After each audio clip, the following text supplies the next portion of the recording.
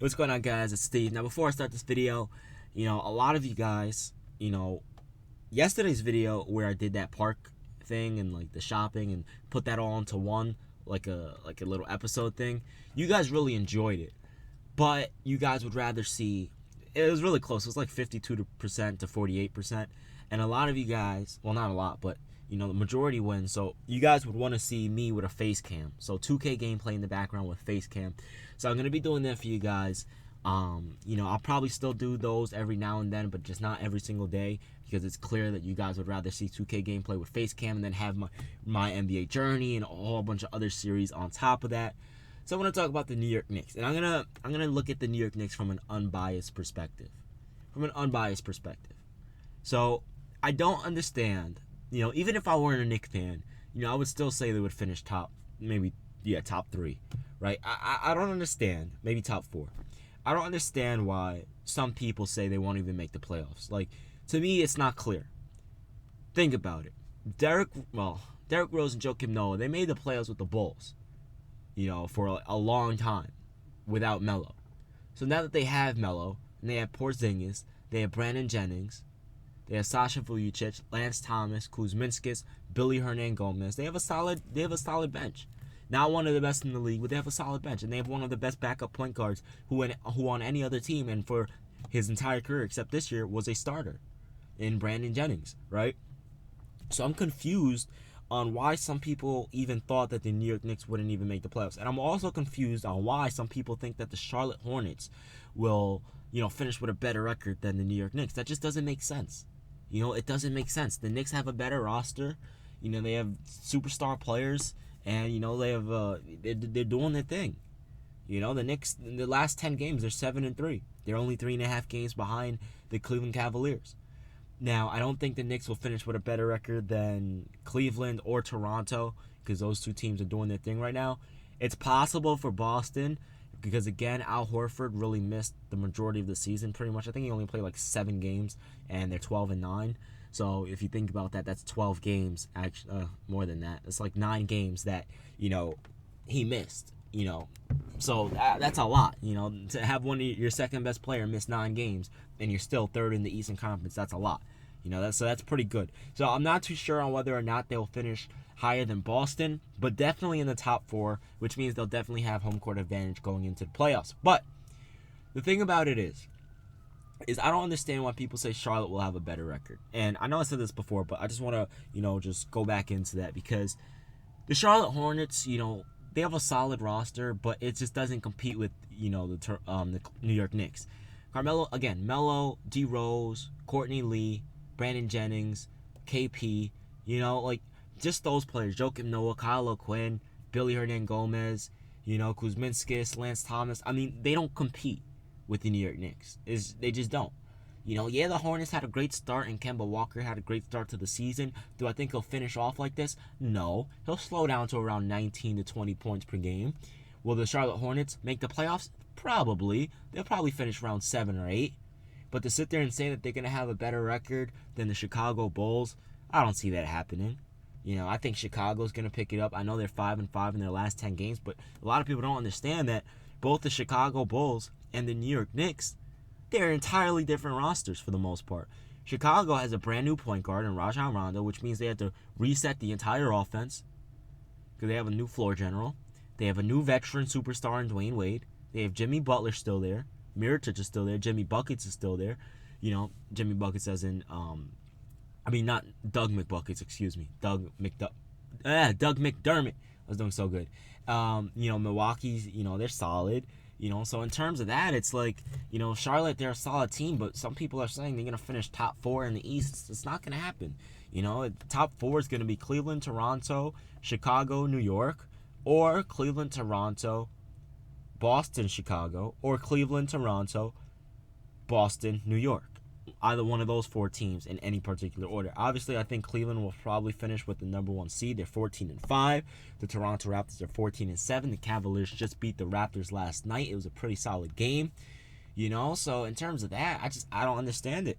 And if you want to go into, if you guys want me to predict what the seedings right now, in my honest opinion, these are going to be the seedings. Number 1, the Cleveland Cavaliers. Number 2, the Toronto Raptors. Number 3, the New York Knicks. Number 4, the Chicago Bulls. Number 5, the Boston Celtics. Number 6, the Charlotte Hornets. I'll go with the Hornets.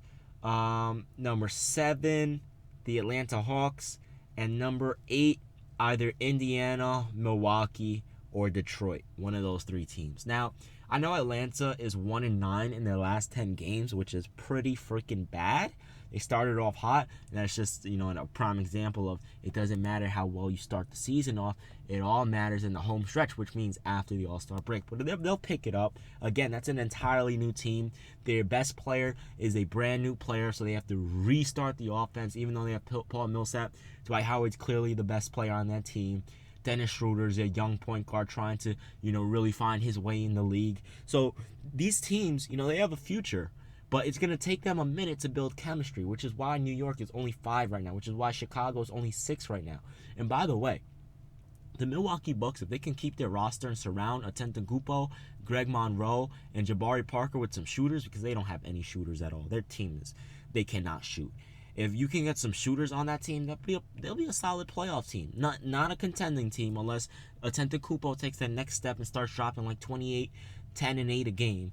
And Jabari Parker helps out with like at least 15 to 17 points per game, and Greg Monroe's on the defensive end and things like that, and grabbing rebounds, right? So this team, they're for the future, but they need shooters around them because they have no shooters. It's embarrassing, actually, that they have no shooters. They have a really good coach and one of the best point guards ever in Jason Kidd, but no shooters to help out, so there's that. Now, Indiana, I know Paul George missed a lot of the games, but still, I can understand that because, I know how that feels. When Melo missed, I think he missed 10 games last year. They literally went 0-10. So, Indiana fans, I feel for you. I know how it feels. You guys will probably finish around 8th seed, but you're also competing with Milwaukee and Detroit for the 8th seed. And I think Cleveland, Toronto, Boston, Charlotte, New York, and Chicago, those are 7 teams right now. Cleveland, Toronto, Boston, Charlotte, New York, Chicago. That's 6. And, what did I say? And Atlanta for 7. And then that's 7 teams right there. I think those 7 teams are definitely making the playoffs. So Cleveland, Toronto, Boston, Charlotte, New York, Chicago, and Atlanta are definitely making the playoffs. The only teams that I'm not sure about for the 8th seed is either Milwaukee, Detroit, or Indiana. If Indiana makes it and Paul George isn't healthy, I'd rather them just not make it because it's not going to be fun to watch Indiana without Paul George, because Paul George is really fun to watch in the playoffs. But I don't want to see him play if he's not. I don't want to see the team if he's not going to be playing, because let's be real. The only reason why that team is even relevant is because of him. Because of Paul George, because he's that good of a player. And especially in the playoffs, he's even better. So I would love to see him play in the playoffs. This is something that I love about Paul George. You guys think I hate on him?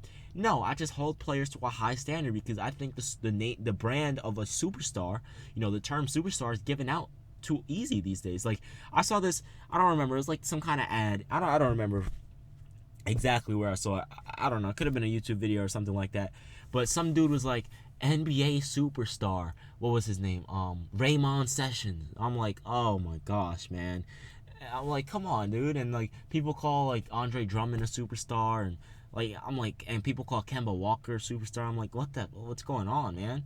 Like, superstars are like franchise changing players. Like, I know Kemba's a franchise changing player, but like your real franchise-changing players, like your D Wade's in his prime, your Kobe's, your Jordans, your Melos, your Brons, your KD's, your Kobe's, your Curry's, Westbrook's, Harden's, those, and I can keep going on, Magic and Larry, etc., etc. Those are superstar players, right? There's obviously more like Tracy McGrady and Paul Pierce, Kevin Garnett, Ray Allen, Tim Duncan, Tony Parker. I understand that. I'd consider Tony Parker an all-star. Not really a superstar in this prime. Maybe. Who knows? He was a great point guard, one of the top 10 point guards of all time. But I don't know about being a superstar. But anyway, back to the topic. So if Indiana makes it and Paul George isn't healthy, I'd rather them just not make it, to be honest, because I'd rather not see Indiana play instead of having Indiana in there without Paul George. And to be honest, I'd rather see a Antetokounmpo in the playoffs because I would love to see what he can do. He's really young and developing. I think he's averaging like 22, 8, and 5. So he's young and he's developing and he's looking good. So I'm excited for that. I'm really excited. I really want to see Milwaukee in the playoffs because they have a great young core. Again, Greg Monroe, Antetokounmpo, and Jabari Parker. They have a great young core. I'm not sure if they still have Michael Carter-Williams. If they do, he can't shoot. So this team, but they don't have shooters. They have a solid young core that needs to develop, but they don't have shooters. Whereas if you look at the Minnesota Timberwolves, I mean, damn. And this is what makes superstars and what breaks all-stars. Look, the Minnesota Timberwolves, I know they're young players and they have a whole future ahead of them. Karl Anthony Towns, Zach LaVine, and Andrew Wiggins, they're all doing their thing. I think Andrew Wiggins is averaging like 20. Zach LaVine's averaging 20 or like 19.9 or something like that. And Karl Anthony Towns is like averaging like 23 and 10 or something like that. 24 and 10. Probably a little less than that, excuse me. Right? So they have a great young core, but you notice they're only 6 and 14. So let's put this into perspective. Klay Thompson is averaging 20. Right? And let's say Kevin Durant is I understand, forget that. I understand experience, helps. But I'm just showing that just because you put up good numbers, that doesn't mean you're a superstar player because look, they're 6 and 14. Now I do think Karl Anthony Towns will be a superstar. He already is, to be honest. In the future, he's gonna be one of the best players in the world, possibly the best player in the world. This dude is ridiculous. He just dropped 47 the other day, right? And then you have Zach LaVine. He could be a solid all-star player. Andrew Wiggins can also be a solid all-star player. So you have 2 all-stars with 1 superstar. They're gonna be a solid team in the future. Plus they have Ricky Rubio, who I really like and I think is really underrated. So I really like this team, and their future is really bright. And a lot of people write them off, but Minnesota, Los Angeles, they have and the Lakers, Minnesota and Los Angeles Lakers, they have a really bright future, and so do the Oklahoma City Thunder. It looks bad right now, but remember what happened when Shaq left Kobe. It looked bad for a few years, but what happened after once they got some good players around Kobe? What happened? 2 championships, went 3 years in a row to the finals, won 2 out of 3 by himself. Not by himself, but without Shaq, with some help. With Pau Gasol, who was a superstar at that time, one of the best big men ever. So imagine Russell Westbrook in a few years as he gets better and better, and as he gets more players around him. I mean, come on, So these teams have a future. The only team that doesn't have a future is the Philadelphia 76ers. Oh my gosh. Listen, what's his name? Joel Embiid. I think I read a stat. I don't remember the exact amount of minutes he plays. I think it's like either 29 or 31, something like that. He plays like 29 minutes per game, and he's averaging 18.5 points per game. I read that stat somewhere, which is really ridiculous. I'm actually going to look it up right now. Joel Embiid. It was something crazy like that. Okay, never mind. I looked up his name, and it said Joel Embiid opts to play against the Nuggets, but I read wants to play for the Nuggets. I was like, wait, what? So he's averaging 18.5 points per game on 20. That's ridiculous, dude. He's averaging 18.5 points per game, right? 18.5 points per game, 7.6 rebounds per game, 1.6 assists per game, 2 blocks per game. He's shooting 50% from 3, 47% from the free throw line, and 77% from the field.